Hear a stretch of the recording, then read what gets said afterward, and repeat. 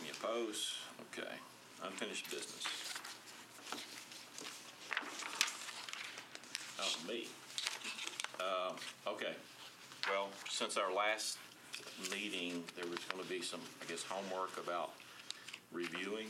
I believe you was going to. My homework.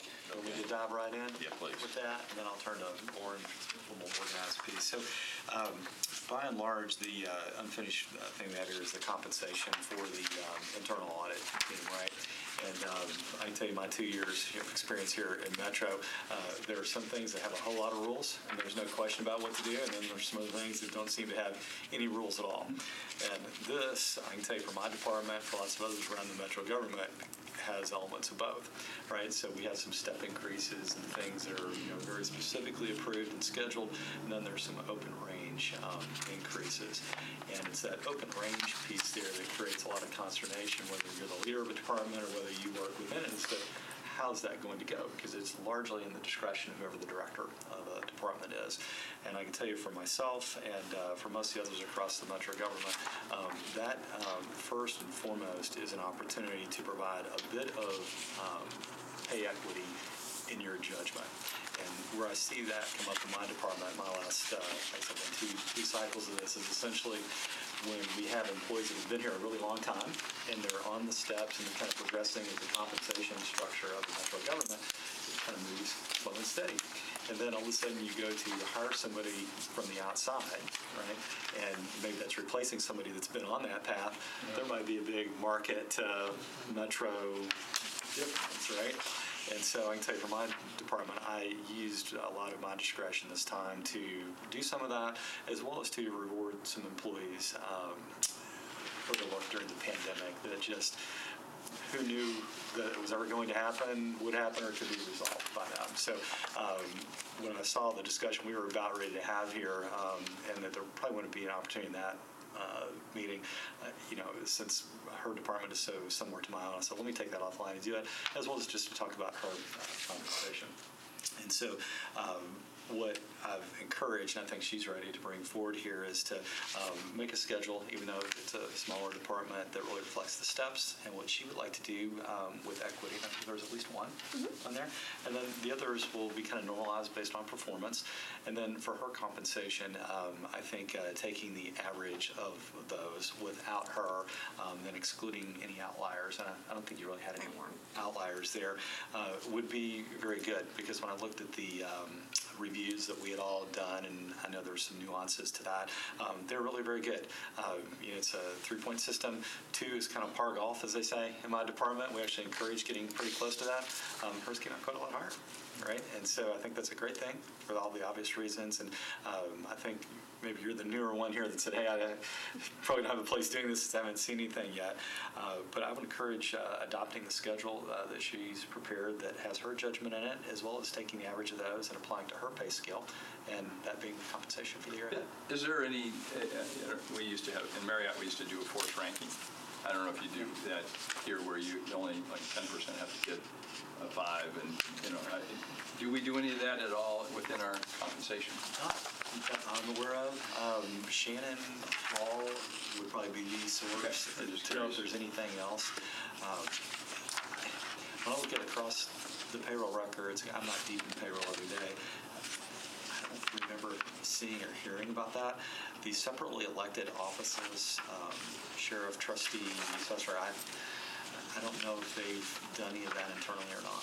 Just curious. I'm not sure it's always the fair system, but it does force, because in essence, when I was with the company, everybody was getting top scores for a long time. And then once they did that, then you were forced into really taking the people that deserved the positions, or those scores. Anyhow, it was just a thought. Okay. Do you want to talk about the schedule, or did you? Sure. I'll walk you through everything that's in there, since there's quite a lot of information in there. The first part that you saw that was kind of stapled together, at the last meeting, we talked about my adopted performance evaluation would be the summarization of the survey results from each of you, as well as the results from the staff survey that we did internally, and then as well as my self-assessment. So I put all 3 of those things in there just so that you all can see that, if that is going to be adopted as my performance evaluation. There there's no overall summarization or total, since, especially because our staff was on a 5-point scale, but just to see the individual pieces of that.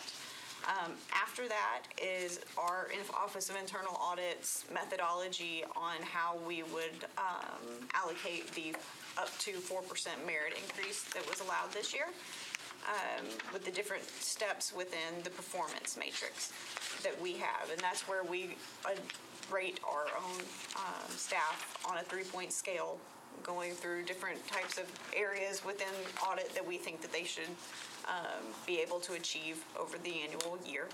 And then after that is how that came out within our office. So the schedule where you'll see their different positions and how they fell within those tiers. We had quite a few promotions that happened back in May. I think it was around May. And so those individuals haven't necessarily been able to prove how well they're going to do in their current positions, but at the same time, they have, over the past year, done a great job and deserve part of the 4% that is out there. So across all of those promoted individuals, we gave them each 2%. They all got a 2%, in addition to the 2% cost of living increase that happened. The other 3 who did not get promoted, we have performance-based. So that's where we would take into consideration those annual performance reviews and look where they fell within our methodology. And the last piece, as Kevin said, was the pay equalization. We have had an individual that has performed at a top level, equivalent to others at the same position, and over time, the pay has just gotten separated. So we did make a pay equalization percentage to make sure that he was paid about the same as the other people at his level.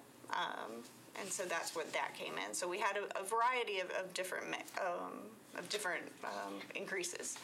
And then the last page that's in there is just is where my current salary is, and the different steps. And as Kevin pointed out, taking the average of our office was about 2.7%.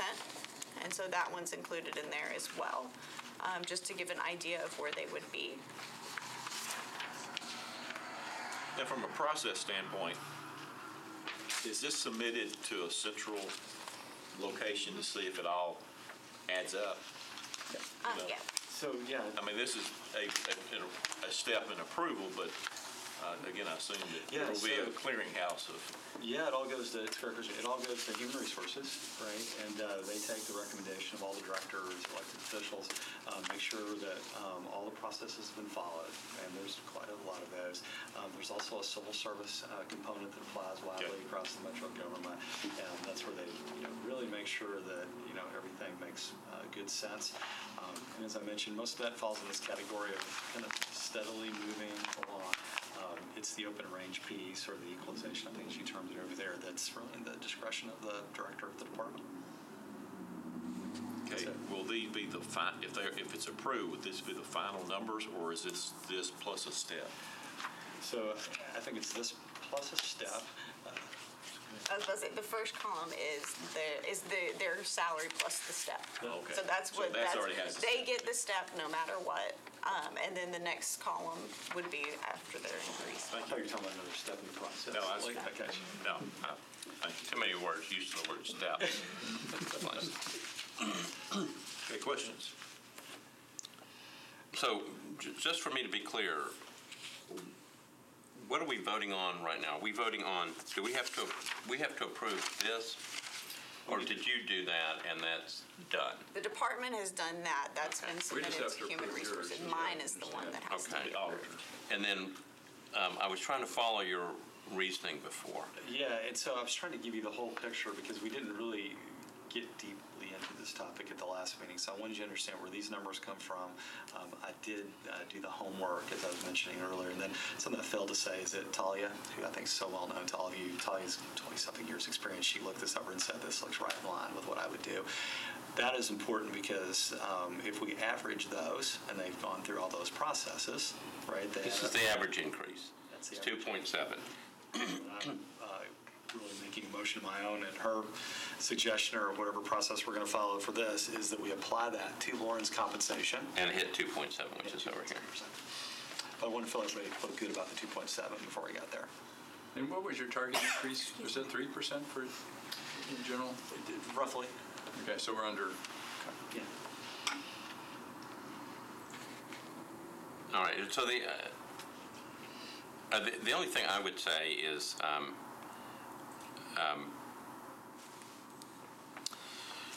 I think in terms of Ms. Riley's performance, even though she's sitting in here, it just seems like we've come a very, very long way in this process. For me, being on here for several years, and it's not to say anything about the past auditor, but it seems like everybody seems to be moving on the same page, which is really, really good. Makes me feel very comfortable about what's going on. So I just wanted to say that, so thank you. Okay. So that's why I brought you a muffin. Did you have, Okay. you made a motion, right? Anybody want to second the motion? I will. Okay, discussion. You want to repeat that? Yeah, just, Lauren might want to hear it I again. mean, I was ready to go higher. Well, No, I just appreciate the work, and the work of the staff too. Tom, before you were on here, there used to be battles and fights, and nobody's getting along, and now it seems like, Sounds like council. well, maybe it was just different council members back then, including the mayor, he was on here. But it just seems like things are getting done, and I just very much appreciate it. I think there's a discipline, yeah, and I was on it before, but it seems like a well-disciplined approach that you guys both have that are strong. You come in prepared and follow-up is good. So she's heard this from before. My measuring stick's a little better than you might think, not just because of private practice experience, but inside of finance, we have a group, OFA, which is our Office of Financial Accountability. And so very similar functions, in fact, very similar looking reports as to what internal audit does, but they are solely focused on the Metro government's grant programs. And they'll do a few special projects here and there that just don't fit here or elsewhere, but by and large, they do the same thing for all the grants we get from the state or elsewhere, as well as the grants that we make to others, and making sure there's some accountability there. And Kevin Brown, who runs that group, does a really nice job and does it in very similar fashion as to what Lauren and Bill and their team do. And so when I look at both of them together, they enjoy a lot of respect across the Metro government. I'm not seeing skirmishes like you were describing and so forth, because they tend to resolve them before they even get to the report. They go through a drafting process and really start talking to people. And I think, Jim, coming back to you and the council, I know you were teasing earlier, but I think the council has brought a culture of accountability. I know it seems a little much for some folks sometimes, but it's expected now, and you regularly hear in the halls here and at the Howard campus, the council is probably going to look at that. They're going to scrutinize that. I hear words like that all the time, and I think you bring that culture reflects well here, and certainly gives a nice license for Lauren and for Kevin Brown and my group to do a good job. Yeah, I think the follow-up with the ones that had not been following up before it is, I'm sure that word's gotten out, which it will automatically do, create more accountability. So I'm very supportive of what targets are. any other comments? Okay, we're voting right now on the compensation adjustment, 2.7%, and the step. And I guess we're just on the control of 2.7. So all in favor? Aye. Any opposed? Okay, that passes. And then I would recommend that this is our annual review package, and I think each author can stand on his own, like we have ours. This also includes staff and also includes a self-assessment. So if that could be, if it's okay, we'll make this part of the, wherever we need to put it to. It'll just be a part of the record? Yeah, we did it. Okay. Okay, because that's one of our things we have to do. Made it an attachment to the minute. Okay. Speaking of which, don't we? Okay. Next item, Lauren. The next item is the CJIS clearance language within the bylaws. At the last meeting, initially I had written that it was at least one member of the audit committee needed to have CJIS clearance. but after some discussion, it was stated that maybe adjusting the language to say all the members within 2 months, 2 or 3 months of joining needed to have CJIS clearance. So the language has been adjusted, and it's on the very last piece of the packet, to say that I'm sure that all members have CJIS clearance within the first 3 months of their term starting date. Before this meeting, I asked legal, how far can this committee go per charter on requirements of committee members? When I read through the charter, it's got strict requirements for the auditor, of which we can. It doesn't really give any requirements or criteria for the members, except where they get selected from. Organizations they come from or indoor positions. And there is no instruction to the Tennessee Society or the Chamber. And I don't know if you have certain criteria that you have to run for vice mayor, but I doubt if it includes this certification. I have to be very educated. Now, and so while I think obviously we have found out it's a very meaningful thing, I guess I was just asking her, by charter, are we allowed to require any criteria, not this, but any criteria for members? That is a valid concern.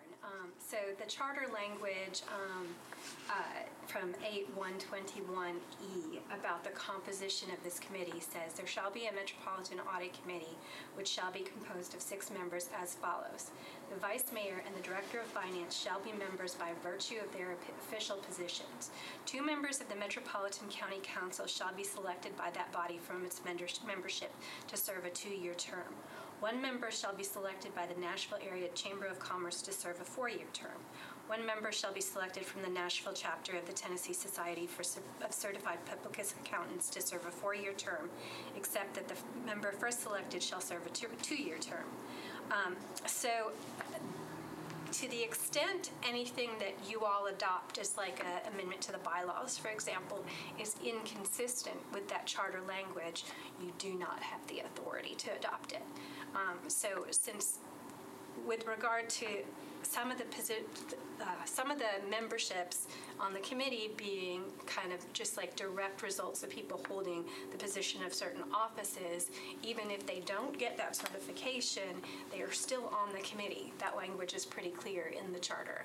Likewise, with the organizations, the authority is given to those organizations to elect one of their members to be on the committee, and it doesn't, as the chair said, give them any criteria that they have to follow in order to accomplish that. So once they take that step of selecting their member to be the committee member, then that appears to be basically set in stone. And then with the council members, I mean, that is up to the rest of the council. So if they were to decide that was something that they wanted the council members to obtain and choose to vote for people who had that qualification, then they could do that. But I'm not sure that this body can dictate to them that they must do that. Can you just simply say we recommend? Yes. Versus a requirement? That way, when you come in, let's say I wanted it from the council, and it was a recommendation. It really wasn't a criteria that we talked about too much before I got here. But if it's a recommendation, I'm going to do it. It's recommended that you do it. And, Kevin talked about, how important it was. So to me, I think if you're serious about it, you just do it. And if it's a recommendation, it's not a requirement, but a recommendation. Yeah, and again, what made me think about this is when this thing was set up in 2006, it was trying to go from being part of the finance department to being independent. Mm-hmm. And I remember the thing about being independent, every board and authority that's in Metro goes through the same process, I believe. The mayor makes a recommendation and it's approved by the council, right? Like even airport NES? Yeah, it's set out both in ordinance and except charter, for this committee. Yeah, this one's a little different. This one's different. The outside people come from at the outside. So I'm thinking, okay, then if we want to change the composition, we could say something like, well, everybody, I think we have 4 CPAs on the committee now. We could say everybody's a CPA. And then, whoever's not. But then I was sort of going, who's going to enforce that? I'm going, well, I don't have the authority to enforce it. So I think if we can go, it's a good best practice and it's recommended, that should keep us, that we, it's recommended and it's a good practice. And you showed us that. Bob Mendez showed us that. So that's my whole point. We can't violate the charter, so let's get as close as we can. Yeah, we can change the charter. We can change the charter. There is a charter amendment process, so if that's something that would be I don't know if desired I long-term, don't know then if that it's could be elevate to something. the top, but Interestingly, I haven't looked at this, it's been months now, but, several months, but Bob actually talked about doing that. And I'd have to look back and see whether he meant charter amendment or whether he wanted to come through the council, but he was not just aiming that here, but also to the administration and saying, Oh, yeah. literally at the time, there was nobody else in the administration that had it. and again, if that happens, we'll, Yeah. she's taught us that the charter is actually something we keep fresh. And Trust me, in a pandemic and It's 2 referendums, very you will know hard the to charter. amend the charter. It is not, I'm not saying it's an easy thing to do. It is a very challenging thing to do, but it is a thing we can do. so, It was done that way, just like the Constitution. any other discussion on that? I mean, we can easily make a motion just to change this to be something of, it's recommended. I make a motion that we Second, change the language to be a recommendation. any other discussion? All in favor? Aye. Any opposed? Okay, is there a need for an executive session? And I guess even if we have something else we want to talk about, we can't, right? No. Move to adjourn. Second. We're adjourned. Nice job with the charter. I hadn't thought of that.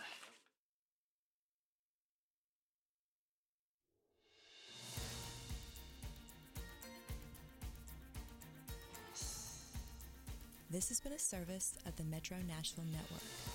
If you would like to see this presentation again, or for more information about this and other programs, visit nashville.org.